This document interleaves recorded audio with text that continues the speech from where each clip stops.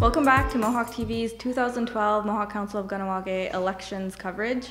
I'm Jessica Deere, sitting in for Regan again. And with us in studio today is Peggy Mayo Standup. Welcome to the show. Good afternoon, Jessica. And Gwegwe Kahnawake. So I think just about everyone knows who you are, but if you want to give like a quick background. Okay, basically, my name is Peggy Mayo Standup. My Mohawk name is Gawineta. I'm married to Winston Standup. I have 5 sisters. My parents were Frank and Patty Mayo, and I have stepchildren. I have 4 stepchildren. I have 2 step-grandchildren and 2 step-great-grandchildren, and very proud of a big family support that I have. And I've been in the community my entire life, other than once or twice to leave to go to school and to work. However, I've been very involved in the community since I was very young. I started to work in the community when I was around 11 years old and always maintained jobs. And I attended public meetings when I was very young. The time that I really got interested in the public meetings was around the movement of 1972, 1973. So I was around 18 at the time and started attending the meetings and got very intrigued by them. And sometimes they were very comical and whatever, but very educational. And I knew that ultimately someday, one day, I would run for that seat. I didn't know when or how or whatever, but I knew back then that's one of the dreams that I had. And I knew that I wouldn't pursue it right away, but eventually I did in 1990. So I've been elected to council since 1990. However, I was working for the council since 1986 as the justice coordinator. So I was already involved in the system. I know how the system works. I'm well aware of the files, the existing files back then, as to what pertains to this day. And at the time that I decided to run, it was a very rude awakening because I didn't walk into a job. I got thrown in. I was elected on Saturday, July 7th, and 4 days later was the crisis in Kahnawake, what happened, and then with Kahnawake blocking the bridge and everything. So that led to like 78 days standoff. And it was a very good, difficult time to be in council because you didn't really know what you were doing. There was no chance for any kind of orientation, training. There was nothing because everyone was too busy focused on meeting the needs of the community, such as food, medicine, money for the bank, you name it. Everything that was going on that summer was very difficult. So that's basically my background. I've been into school. I went to college. I went to John Abbott College. I started off at O'Sullivan College as a business college first, and once I got into that, I knew that I wanted legal, so I went into the legal program. I graduated after a 2.5-year program, and then from that point on, I went on to John Abbott to take the the legal tech and the police tech, and I took all that, and I graduated from that, and from that point on, I knew where I was going. And I've always maintained a job in the area of justice and social work, and I have many things that I've done in the past. So I'm very well tuned to whatever the situations are within this community. I'm well read, I'm well versed. I bring with me 35 years of experience and more to the table of council. I started off, as I said, in the area of social work, so I'm very attuned to that, to the needs of our community in the social areas. I'm attuned to the people that have other needs in the area of housing, whether it be in the area of financial, because I sit on the Finance Administration Operations Committee. And there's a lot of issues that have to be dealt with and probably won't be dealt with in my lifetime because it's too vast, and it's not something that's going to happen overnight that all of a sudden next week or after July 7, then everything is la-di-da and everything is perfect again, because it's not. Mm-hmm. What are some of those big issues that we're faced with in Kahnawake? Well, right now, I think one of the biggest issues that I look at as a serious issue is the fact that we have a global economy that's affecting this whole world, and it's affecting this community. And it's going to affect the community on a larger level, perhaps in the future. It's not scare tactics, it's fact. It's factual what's happening. And there's cutbacks. Yes, we can state and jump up and down to say that the federal government cannot force any more cutbacks on us, but actually what can we do without going camping out on Parliament Hill and fighting, and I don't know what else to do at this point because we've tried everything. and we have not been able to stop the cutbacks. And if there's a serious decrease in the federal dollars, then how do we think that we're going to get the excess of the dollars that are maybe geared for some other programs or whatever? We simply cannot hold on to that now. And I think we have to put our heads together in the community. I firmly believe that this is an area that maybe we should have thought about before, maybe we should have pursued it before, as I know it's an issue that I had talked about, having a think tank in this community on economic development and looking at some kind of, bring all the business people together in the community and come up with a plan for revenue generation that can generate dollars within the community.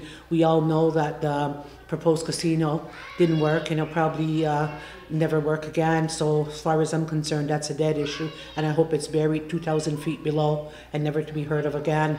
However, I firmly believe that there's other issues that can come out of that, and if all the business people in the community get together and look at it, I'm sure we can come up with a plan that can generate revenue for the community, and that we won't have to be continuously looking with our hands out and begging for more money, because every department is short. The education is short of dollars, and I'm sure that in the post-secondary it's going to affect them, perhaps not this year, but it will in the next 2 or 3 years, because we already know that 2 years ago there was a movement to eliminate the tuition and to start going for the students to go for bursaries or for loans and everything else to have to pay it back. But we fought that very hard across the country, and they reversed the decision. But how long does that decision stay reversed? We don't know that. And then there's other issues in the community, such as the justice. We need to have the Court Act put in place as soon as possible so we can have our justice system. There's a lot of work that's being done in it. The people that are working in there have done a really, really tremendous job, and my hat's off to all of them, because they are going in the right place, because they are bringing the issue back to the people where it should be. And the people are the ones that are the ones that make the decisions and whether they want this law, yes or no. And I firmly believe that it has to be in the hands of the community to tell us exactly what they want and how they want it done. And I believe that everything is moving into those areas. So that's the most crucial issues. And I know that there's a lot of hot button issues. There's like, like you've heard a number of issues, like people say that one, it's the amount of people that come in the community. It's the criminal aspect. It's the breaking and enterings were one big thing that recently happened, and then there was other issues. But I firmly believe that combination of everything, the economy is one of the biggest thing, and then the other issue is the lands, to demand our land back and to fight and get every inch that is our land, and not to let anyone take one more inch of our land. And I think that's one of the most important aspects that we are faced with. And then faced with who we are as a people, and we have to continuously fight as to who we are, because I know that the federal government, and especially the Conservative government, couldn't care less about what our needs are as a community, as Native people across the country. And their aim would be to make us ordinary citizens where we pay our tax and live like good little Canadians anywhere else, and or good little Indians, as long as we follow the rule. However, I believe that we have to do everything in our power to fight to stay for who we are, and to fight for our rights, and fight for our taxation rights, our border rights, everything that comes with that. And we can't allow anyone to erode that from us, and we can't allow ourselves to lose it. And we have to put aside a lot of the differences in this community and try to work together. I believe that the people can come together if they choose to, and try to have trust in the system and try to work with the people. And I'm going to try harder. I've been trying as hard as I could to try to bring trust back to the community by the people that I speak to, by the people that I'm friends with, and continually promote the work that the council does. And we do a lot of good work, but a lot of that good work is not seen. It's not tangible, that you have in your hand and that I can show you, oh, I have this report and this is what we did this week. Nothing is tangible unless we had this big, vast Newfoundland. Oh, we just got that last night. Oh, look, it's ours now. But that's not the way things work. Everything takes time. When you're sitting on committees, you have a group of people that sit on committees to make decisions. Nothing happens overnight. It's a long process. I'm hoping that eventually we'll have total control of our membership. We do in Kahnawake, but with the KCR table, to have that recognized, total control, our lands, that we can be in total control of our land, and we will decide who can live here and who can build here and who can get land. And the same with the membership, we can decide who's an Indian. It'll be us to decide that, not any other department to do that. So those are all issues that are there. And then in the area of women's rights, I mean, there's always issues regarding women. There's like the needs of the woman are vast sometimes. There's a lot of, like, I know people talked about that, about the matrimonial real property and about separation and divorce and everything. And when one gets separated, what does the other party do? Well, you know, in our society, I firmly believe that there has to be room for the woman and there has to be room for the children, and that always should be there. They should never be left on their own or thrown out of a house or whatever. That shouldn't happen. It should be totally unacceptable. And we've done our part to try to help as many women as possible, such as equality, to have them be able to get land allotments. There was no such thing as women getting land allotments prior to 1985. There was no such thing as women getting housing needs prior to that time as well. And so now I think we've evolved quite a bit.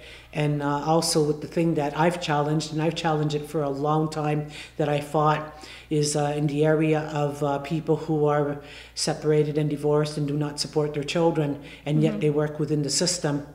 And I worked on that for a long time, and we finally came to an agreement. Whereas if you're going to work for the Mohawk Council of Kahnawake and you're a deadbeat, then don't work for us. Because we're going to make an arrangement for you to support your children, and we have to work with agreements. And so far, everyone has accepted the agreement. We're not forcing anyone. We don't have anyone by the neck to say you have to do this or you have to do that. But it's very clear that this is our rule.